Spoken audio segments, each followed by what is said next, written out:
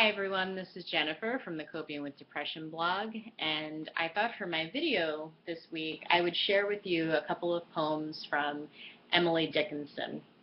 I actually had the opportunity to visit Emily Dickinson's house recently, and this is in Amherst, Massachusetts. It's a pretty neat tourist attraction if you're into that sort of thing.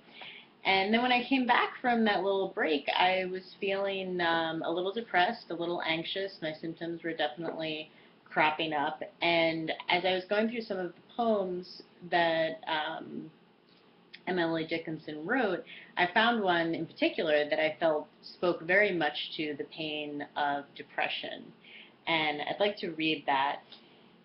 It starts off, "Pain has an element of blank. It cannot recollect when it begun,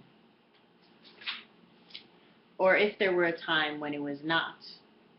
It has no future but itself, its infinite contain, its past, enlightened to perceive new periods of pain." And I thought, yeah, that really hits the nail on the head on what depression feels like at times.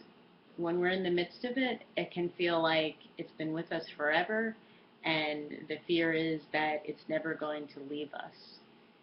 But as I was thinking over the past couple of days and kind of working on things and working through some coping skills, and my symptoms started to abate and I started to feel better, I realized that for those of us who struggle with depression, hope, holding on to the concept of hope, is such an important thing, because we do go through such difficulties, and yet we need to trust and hope that and know that things will get better. So Emily Dickinson, as it turns out, wrote a poem about hope as well, and I'd like to read that. "Hope is the thing with feathers that perches in the soul and sings the tune without the words and never stops at all. And sweetest in the gale is heard, and sore must be the storm that could abash the little bird that kept so many warm. I've heard it in the chillest land and on the strangest sea, yet never in extremity it asked a crumb of me."